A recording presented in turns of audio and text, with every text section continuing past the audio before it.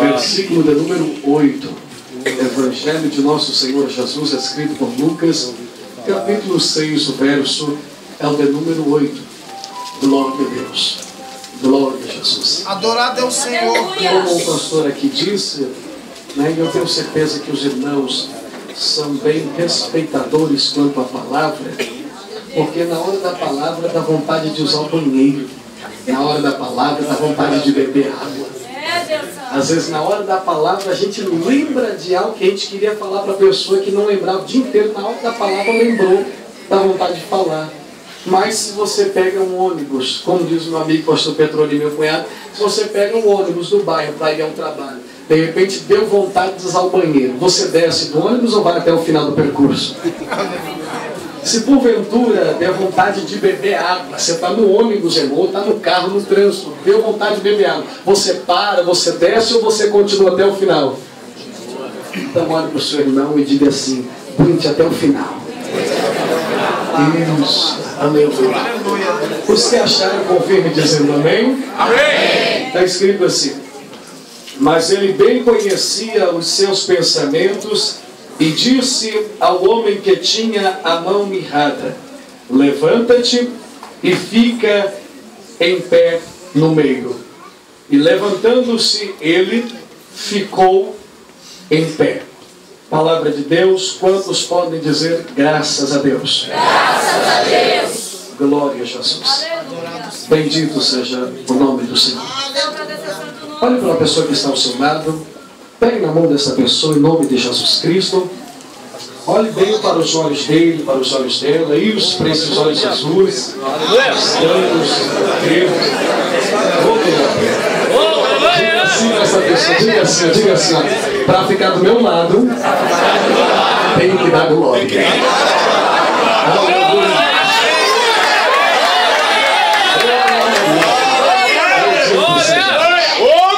Meus irmãos e minhas irmãs, ouvintes da palavra de Deus, nós acabamos de ler um versículo bastante conhecido, que trata-se da história de um homem que tinha uma deficiência, pois Lucas vai nos narrar a história de um homem que tinha a sua mão direita mirrada. Talvez em algumas traduções possa estar escrito ressequida ou atrofiada, que quer dizer a mesma coisa.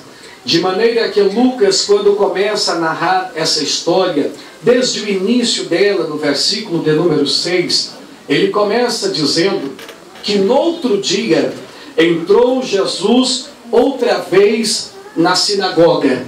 Pastor, o que era uma sinagoga? Uma sinagoga era uma assembleia ou uma reunião inaugurada pelos judeus no período do cativeiro.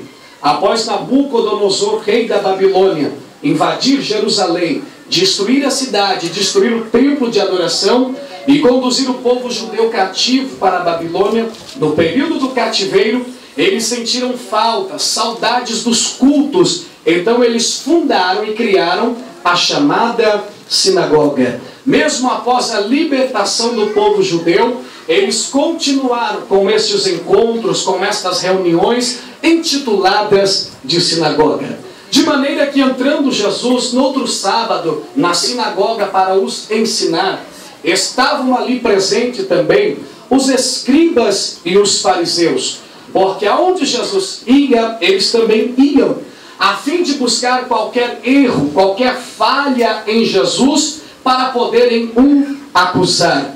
Porque eles invejavam o mestre. Aonde Jesus passava, ele deixava um rastro de milagres. Aleluia. É sempre assim. Quem tem unção de Deus na vida, por onde passa, produz milagre. E aquele que não tem unção é natural ter inveja daquele que tem. E assim ele procura encontrar algum escândalo. Ele quer encontrar alguma brecha para acusar aquela pessoa, degrinir a imagem daquela pessoa. Jesus estava na sinagoga e os escribas e fariseus comentavam entre eles dizendo: será que ele vai cometer algo de errado hoje, a fim de podermos o acusar? E naquela época era proibido a entrada de defeituosos na sinagoga, principalmente em um dia de sábado. Sabe por quê? Porque o sábado fora separado pelo Senhor para ser um dia de descanso, e que ninguém trabalhasse ou exercesse profissão alguma, a não ser que dedicasse esse dia exclusivamente ao descanso e adoração a Deus. Os líderes religiosos daquela época, eles apregoavam e alegavam que ministrar a cura era um ato da medicina, que quem estivesse ministrando a cura sobre a vida de alguma pessoa estaria ocupando ou exercendo a posição de um médico, de maneira que era proibido ministrar a cura em um dia de sábado. Jesus, conhecendo-lhes os seus pensamentos, ele dá um brado em alta voz, dizendo: qual é melhor, fazer o bem ou fazer o mal em um dia de sábado? Qual é melhor, salvar vidas ou deixá-las perecer? Jesus, não querendo nem saber da resposta, não querendo nem saber o que eles pensavam ou deixavam de pensar, ele olhou para aquele homem que tinha uma deficiência, que tinha um problema, que tinha uma dificuldade, e disse para ele: ei, moço, quem é? Você mesmo. Levanta-te e vem para o meio. Aquele homem se levantou, ficou de pé e foi até o meio. É sobre isso que eu quero vos ministrar esta noite, subordinado ao tema: levanta-te e vem para o meio. Por gentileza, repita essas palavras. Diga: levanta-te e vem para o meio. Oh, glória, bendito seja o nome do Senhor. Diga assim para esta pessoa: Deus reservou a noite deste dia para falar contigo. E se você ouvir a voz de Deus, glorifique e exalte o nome dele. Bendito seja Deus.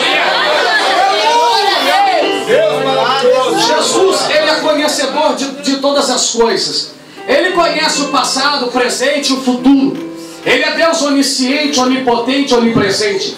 Antes mesmo que qualquer coisa ocorra ou aconteça, ele já sabe. Davi disse: Senhor, tu conheces o meu deitar, o meu levantar, o meu agir, o meu falar. Antes que venha qualquer palavra na minha boca, tu já o sabes. Aleluia. Jesus conhecia a história daquele homem. Jesus sabia que aquele homem vivia uma vida frustrada, uma vida triste, uma vida caótica. Porque quando se tem um problema, uma dificuldade, você não anda dando risada à toa. Você não anda fazendo piadinha das coisas. Você não anda com aquele alto astral quando se tem um grande problema, não. Você anda para baixo. Você anda triste. Você anda cabisbaixo. É natural, você já deve ter se encontrado com alguém na rua, na empresa, em casa, ou até mesmo dentro da igreja. E você sabe que essa pessoa está passando uma fase difícil. Ele não fica para cima, ele fica para baixo, porque ele encontra-se abatido. Basta você conversar 30 segundos com essa pessoa que você percebe que nada está bem, que ele precisa de uma solução e de um milagre. Jesus sabia que aquele homem estava para baixo. E quem está para baixo está em uma posição de abatimento. Quem está para baixo está em uma posição de enfraquecimento, de derrota. Aquele homem estava frustrado porque onde ele passava as pessoas diziam: lá vai o aleijadinho. Aquele homem estava triste porque por onde ele passava as pessoas iam, faziam piadinha: lá vai ele, o homem da mão mirrada, da mão resseguida. Ele não podia trabalhar, exercer uma profissão como qualquer outra pessoa exercia. Não tinha como, porque a mão dele era mirrada. Jesus sabia que o primeiro passo que aquele moço teria que dar para tomar posse de um grande milagre era se recompor, era se erguer, era se levantar. Oh glória! Porque quando você está para baixo, quando você está caído, você não precisa de dinheiro, não. Você não precisa de um carro importado, de uma casa, de uma mansão, não. Você precisa de uma palavra de ânimo para você se levantar. Oh glória! Aí Jesus olha para ele, irmão. Acho que de pé que ele não estava. Se Jesus falou levanta, porque de pé que ele não estava. Se ele estava sentado, se ele estava prostrado, eu não sei. O fato é que Jesus olhou para ele e disse: moço, levanta-te.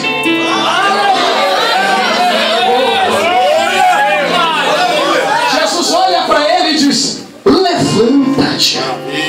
Sabe por quê? Porque Jesus sabia que ele estava para baixo. E eu aprendo muito aqui. Porque quando estamos para baixo não conquistamos nada. Quando estamos para baixo não alcançamos nada. Não temos vitória para contar. Não tem, porque você não chega a lugar algum. Lembra-se quando Israel havia perdido sua liderança, sua referência? Moisés havia falecido. A Bíblia diz que Deus falou com Josué no capítulo 1 e versículo 2 do seu livro. Porque Deus olhou lá do céu e viu Josué para baixo. Deus olhou lá do céu e viu toda a congregação de Israel de luto. Estava todo mundo abatido, triste, para baixo. Aí Deus falou no capítulo 1, versículo 2, dizendo: Josué, levanta-te, tu e todo este povo, e atravessa o Jordão, porque eu já tenho entregado a Canaã nas mãos dos filhos de Israel. Mas para baixo vocês não conquistam, para baixo vocês não vão chegar, para baixo vocês não vão alcançar. Se recomponha, Josué, manda esse povo se levantar, recupere os ânimos, porque eu já tenho entregado a vitória na mão da minha igreja. Se prepara, o meu Deus te trouxe aqui hoje para te colocar de pé, porque você tem muito para conquistar.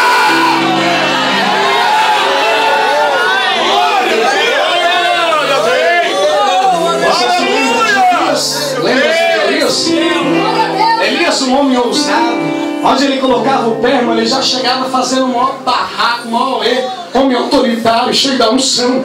Mas quando ele recebeu a mensagem do mensageiro da parte de Jezabel, profetisa de Baal, esposa de Acabe, que lhe trouxe uma mensagem de afronta, aquela mensagem deixou Elias para baixo.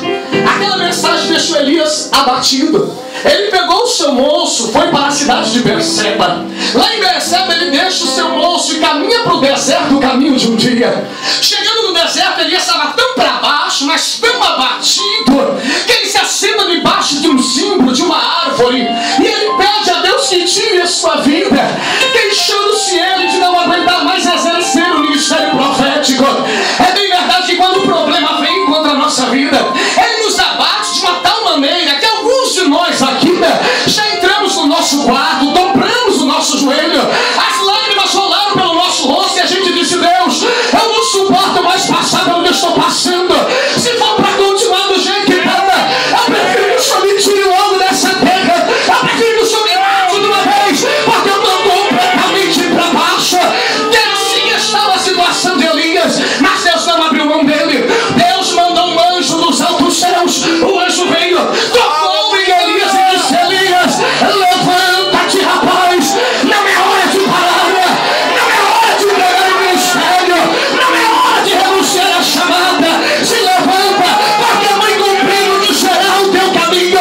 Ele se levantou, viu o pão assado na brasa, água na botija. Ele comeu e bebeu, e com a força daquela comida, ele caminhou 40 dias e 40 noites até Horebe, o monte de Deus. Oh, meu Deus, te conduziu aqui hoje. Você que está batido, ele vai tocar em você aqui neste lugar, e você vai se levantar em nome de Jesus. Eu quero profetizar aqui hoje, assim como Isaías profetizou no capítulo 60, versículo 1: levanta-te e resplandece, porque já vem a tua luz e a glória do Senhor vai nascendo sobre ti. Se prepara, a glória do meu Deus vai te envolver aqui hoje. Aonde você chegar, todo mundo vai ver que tem glória de Deus na tua vida, porque quem está de pé está cheio da glória. Quem está de pé tem glória de Deus na vida. Só quem é tua vida, só é a mão em cima. Abre a tua boca e dá uma rachada.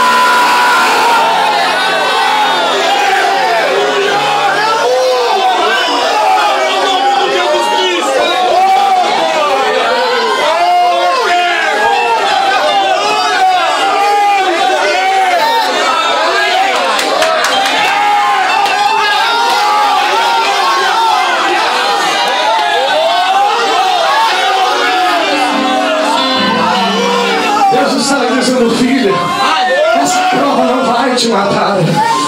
Filho, o que você está passando é só uma fase. Isso não vai acabar com você, né? O diabo quer que você entregue os pontos. Ei, pai de família, o diabo quer que você largue o teu lar. Ei, pai de família, o diabo quer que você renuncie a tua casa, o teu casamento. Ei, moça, o diabo quer que você faça aquilo que desagrada a Deus e agrada a Ele. Ei, rapaz, o diabo quer te conduzir para os maus caminhos, e ele te pega nas horas que você está para baixo. Ele quer te vencer na hora que você está lá embaixo. Mas o meu Deus te conduziu até essa casa, chamada casa de oração.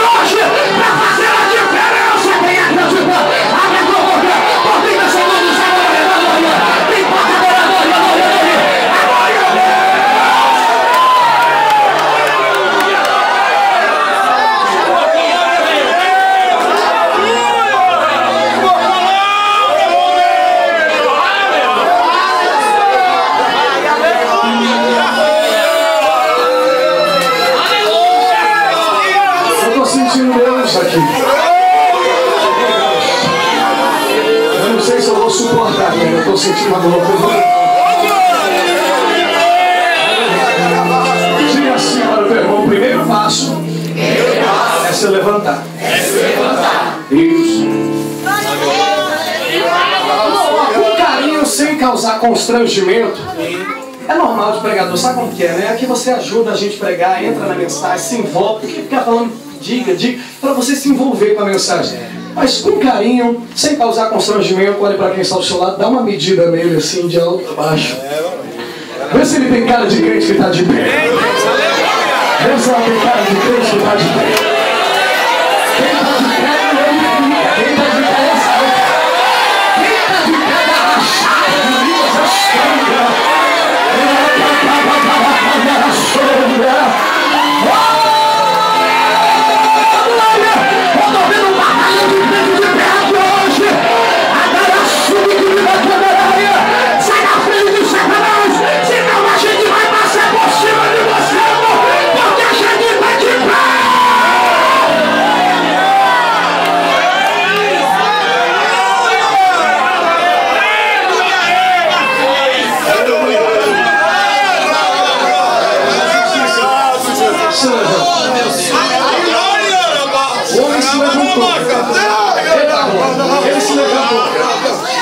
Jesus disse para ele: moço, você já está de pé, isso mesmo.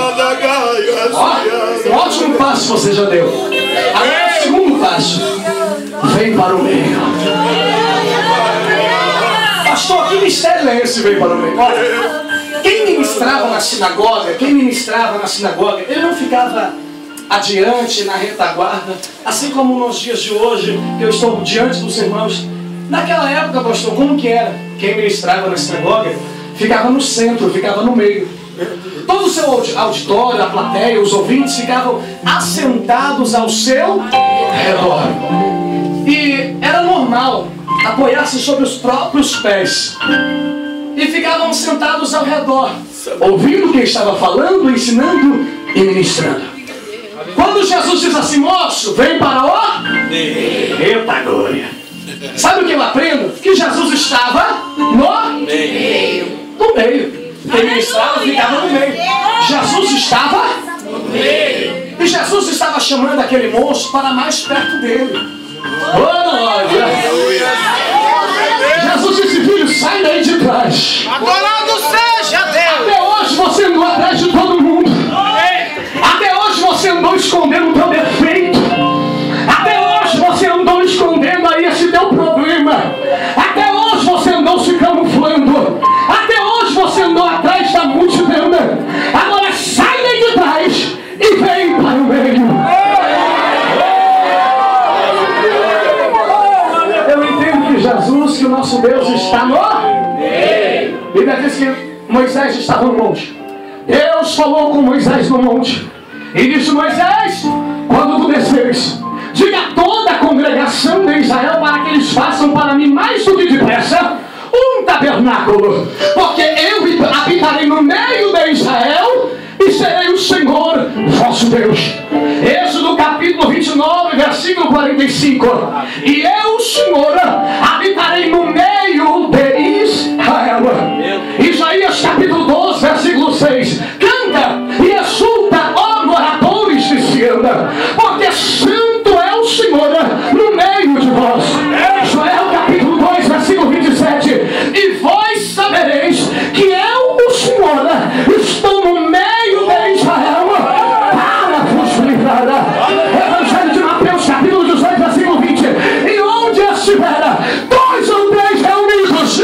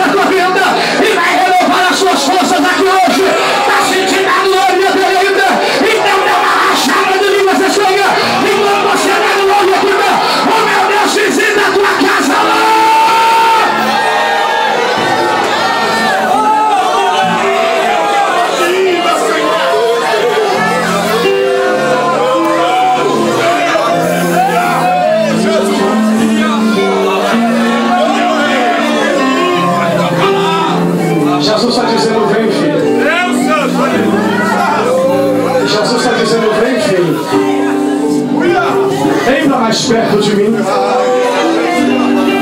Chega de conhecer o Senhor somente de ouvir falar. Chega de conhecer o Senhor somente de longe. Chega de viver em cima da experiência dos outros. Chegou o tempo de você ter experiências reais com Jesus. Chegou o tempo de você ter suas próprias experiências com Deus. Chegou o tempo de você se aproximar mais dele. O que é que te separa de Deus? O que é que está te distanciando de Deus? O que é? Deus está dizendo: vem para mais perto de mim. Vem para mais próximo da minha presença. Jesus estava dizendo para aquele moço, sai daí de trás, vem para perto. Jesus está te chamando, moça, para mais perto dele. Jesus está te chamando, rapaz, para mais perto dele. Jesus está te chamando para experimentar algo novo, para ter um relacionamento com Deus. Deus não te quer por um culto. Deus não te quer apenas em um congresso. Deus não te quer por uma semana, por um mês. Deus quer ter na sua igreja um relacionamento. Deus quer ter contigo um relacionamento.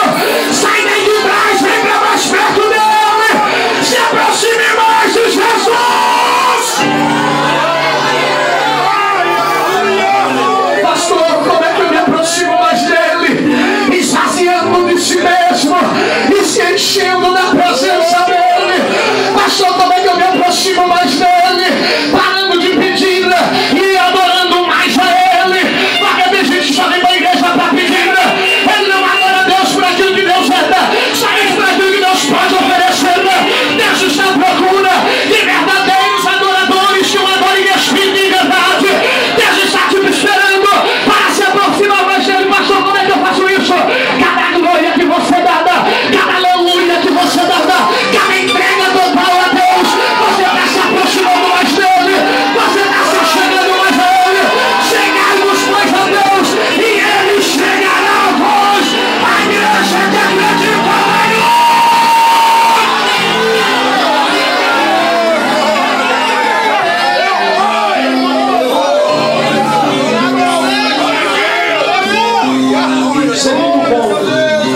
O segundo ponto. Aquele homem vivia no anonimato, aquele homem vivia no esquecimento. Porque ele vivia se camuflando, se escondendo. Sempre para segundo plano. Sempre atrás de todo mundo. Meio é lugar de destaque. Meio é onde todo mundo te nota. Meio é onde todo mundo te vê. Meio é onde os invejosos, querendo ou não querendo, vão ter que olhar para você. Meio é lugar onde aqueles que estão torcendo para a tua derrota vão ter que olhar para você. Porque no meio você é percebido. No meio você é lembrado. No meio você é visto. No meio você é notado. Não tem como. No meio todo mundo vai ter que olhar para você. Sabe o que Jesus estava dizendo? Sai daí do anonimato. Sai do esquecimento. Vem para o lugar do destaque. Chegou o tempo da honra na tua vida. Aí todos que estavam ao redor de Jesus olharam para aquele moço e diziam: ei, começaram a cutucar um outro. Fulano, aquele ali não é um homem aleijadinho. Aquele ali não é um homem da mão mirrada. Aquele ali não é um homem problemático e defeituoso. Aquele ali não é um frustrado da vida. Mas olha onde ele está agora. Está todo mundo olhando para ele. Todo mundo vai ter que olhar para você. Por que, pastor? Porque todos aqueles que viram falha na tua vida, todos aqueles que viram defeito em você, todos aqueles que buscaram uma pedra para tirar a tua vida, eles vão ter que ver no meio o que Jesus vai fazer na tua vida. O meu Deus não deve dizer, ele vai preservar a vida dos invejosos, porque eles terão que ver o meu Deus mudar o quadro da tua história. O meu Deus não vai acabar com aqueles que te caluniaram, com aqueles que te maltrataram. Jesus vai preservar em vida, porque eles terão que ver os mesmos que viram você triste, vão te ver alegre. Aqueles que te viram para baixo, vai ter que te ver de pé, de pé, de pé.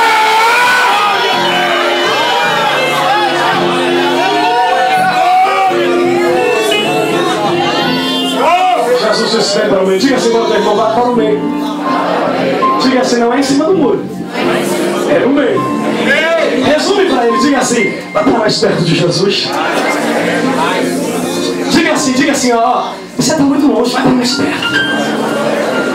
Pastor, eu oro. Ore um pouco mais. Pastor, eu jejuo. Jejue um pouco mais. Pastor, eu já busco nas madrugadas. Puxa um pouco mais. Pastor, eu estou quase desfalecendo, eu estou fraco. Mas o meu Deus manda eu lhe dizer assim, esforce um pouco mais. Porque o que há de vir virá sobre a tua vida e meu caramba. A noite pode ter sido triste, dolorosa, de choro.